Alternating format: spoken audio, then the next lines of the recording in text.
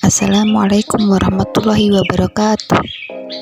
Kali ini kami akan menampilkan video pembelajaran sejarah kebudayaan Islam kelas 10 semester genap oleh saya Emma Afina Damayanti, NIM 12201183473 dan Ma'ruf Jazuli 12201183474 dari kelas PAI 6H. Kami akan menjelaskan materi tentang prestasi pemerintahan Khulafaur Rasyidin.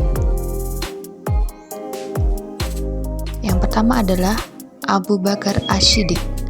Prestasi besarnya yaitu dalam bidang pemerintahan, kebijaksanaan kenegaraan dalam bidang eksekutif dengan pendelegasian tugas-tugas pemerintahan di Madinah maupun daerah, mengorganisasikan pasukan yang ada untuk mempertahankan eksistensi keagamaan dan pemerintahan. Pasukan itu disebarkan untuk memelihara stabilitas di dalam maupun di luar negeri. Yang kedua, perang dalam perilaku riddah. Sepeninggal Rasulullah SAW, suku-suku bangsa Arab tidak mau tunduk lagi kepada pemerintah Madinah. Mereka menganggap bahwa perjanjian yang dibuat dengan Rasulullah SAW dengan sendirinya batal setelah Nabi SAW wafat. Karena sikap keras kepala dan pertentangan mereka yang dapat membahayakan agama dan pemerintahan, Abu Bakar menyelesaikan persoalan ini dengan apa yang disebut dengan Perang Riddah atau perang melawan kemurtadan. Dalam Perang Riddah, peperangan terbesar adalah memerangi Musailamah al-Kadzab atau Musailamah si pembohong yang mengklaim dirinya sebagai nabi baru menggantikan Rasulullah SAW. Musailamah kemudian dikalahkan pada pertempuran oleh Khalid bin Walid. Selanjutnya adalah kodifikasi Al-Quran. Setelah kemenangan yang sangat sulit saat melawan Musailamah dalam Perang Riddah, banyak penghafal Al-Quran yang ikut tewas dalam pertempuran. Umar lantas meminta Abu Bakar untuk mengumpulkan koleksi dari Al-Quran oleh sebuah tim yang diketuai oleh sahabat Zaid bin Sabit. Dikumpulkan lembaran-lembaran Al-Quran dari para penghafal Al-Quran dan tulisan-tulisan yang terdapat pada media tulis seperti tulang, kulit, dan lain sebagainya. Setelah lengkap penulisan ini, maka kemudian disimpan oleh Abu Bakar. Yang keempat yaitu pembebasan dan penyebaran Islam. Setelah menyelesaikan urusan perang dalam negeri, Abu Bakar radhiyallahu anhu mengirim kekuatan ke luar Arabia. Khalid bin Walid dikirim ke Irak dan dapat menguasai wilayah Hira di tahun 634 Masehi. Ke Syria dikirim ekspedisi di bawah pimpinan 4 panglima yaitu Abu Ubaidah bin Jarrah, Amr bin Ash, Yazid bin Abi Sufyan, dan Syurah bin Hasanah. Untuk yang selanjutnya saya akan menjelaskan materi tentang Umar bin Khattab. Tentang prestasi besar. Yang pertama, pembebasan dan penyebaran Islam ke beberapa wilayah.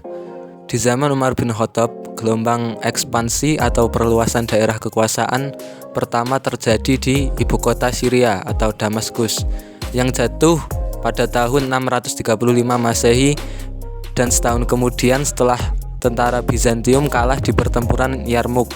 Seluruh daerah Syria jatuh ke bawah kekuasaan Islam.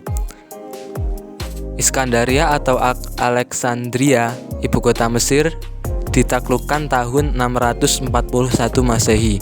Dengan demikian Mesir jatuh ke bawah kekuasaan Islam. Pada masa kepemimpinan Umar bin Khattab, wilayah kekuasaan Islam sudah meliputi Jazirah Arab, Palestina, Syria, sebagian besar wilayah Persia, dan Mesir.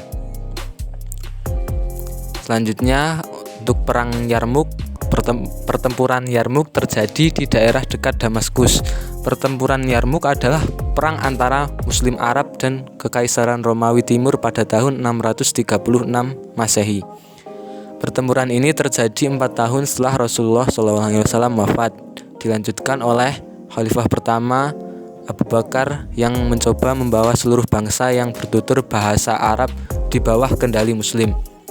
Pada tahun 633 Masehi, pasukan Muslim menyerang Suriah dan setelah berbagai penghadangan dan pertempuran kecil berhasil merebut Damaskus pada tahun 635 Masehi. Kemudian pada pertempuran Qadisiyah, pasukan muslim mengirim delegasi ke kampung Persia dengan mengajak mereka memeluk Islam atau tetap dalam keyakinan mereka tetapi dengan membayar pajak atau jizyah. Setelah tidak dicapai kesepakatan di atas, pecahlah pertempuran. Pasukan Islam dalam jumlah kecil mendapatkan kemenangan atas pasukan Persia dalam jumlah yang lebih besar pada pertempuran Qadisiyah pada tahun 636 Masehi di dekat sungai Eufrat. Kemudian pembebasan Baitul Maqdis. Pada tahun 637, setelah pengepungan yang lama terhadap Yerusalem, pasukan Islam akhirnya mengambil alih kota tersebut. Umar diberikan kunci untuk memasuki kota oleh pendeta Soponius dan diundang untuk sholat di dalam gereja Church of the Holy Sepulchre. Umar memilih untuk salat di tempat lain agar tidak membahayakan gereja tersebut. Yang selanjutnya yaitu Utsman bin Affan. 1. Pembebasan dan perluasan wilayah. Pada periode ini seluruh Khurasan berhasil ditaklukkan. Demikian pula Afrika sampai Andalusia. Negeri-negeri Khurasan ditaklukkan pada tahun ke-30 Hijriah sehingga banyak terkumpul infak, penghasilan dan harta dari berbagai penjuru. Allah memberikan karunia yang melimpah dari semua negeri kepada kaum muslimin. Yang kedua yaitu pembukuan atau kodifikasi Al-Quran. Kodifikasi atau penyalinan kembali mushaf Al-Quran ini terjadi pada tahun 25 Hijriah. Utsman bin Affan berpesan apabila terjadi perbedaan dalam pelafalan agar mengacu pada logat bahasa suku Quraisy karena Al-Quran diturunkan dengan gaya bahasa mereka. Setelah panitia selesai menyalin mushaf, lalu dikembalikan lagi kepada Hafsah. Selanjutnya, Utsman bin Affan memerintahkan untuk membakar setiap naskah-naskah dan manuskrip Al-Quran selain mushaf hasil salinannya yang berjumlah 6 mushaf. Tindakan Utsman bin Affan untuk menyalin dan menyatukan mushaf berhasil meredam perselisihan di kalangan umat Islam sehingga ia menuai pujian dari umat Islam. Yang ketiga yaitu perluasan Masjidil Haram dan Masjid Nabawi. Pada tahun 26 Hijriah, Utsman bin Affan melakukan perluasan Masjidil Haram dengan membeli sejumlah tempat dari para pemiliknya lalu disatukan dengan masjid. Tahun 29 Hijriah, negeri-negeri lain berhasil ditaklukkan. Pada tahun ini, Utsman bin Affan memperluas Masjid Madinah dan membangunnya dengan batu-batu berukir. Ia membuat tiangnya dari batu dan atapnya dari kayu. Yang keempat yaitu Ali bin Abi Thalib.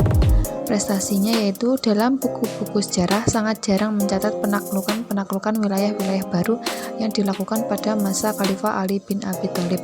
Akan tetapi, meskipun menghadapi berbagai masalah dalam negeri yang pedih, namun beliau mampu mempertahankan wilayah-wilayah yang sudah ditaklukkan. Para amir di wilayah-wilayah ditaklukkan sangat serius menghadapi serangan musuh-musuh dari luar. Para prajurit yang berjaga-jaga di tapal batas benar-benar melaksanakan kewajiban mereka dengan baik dalam menjaga dan mengamankan wilayah Islam.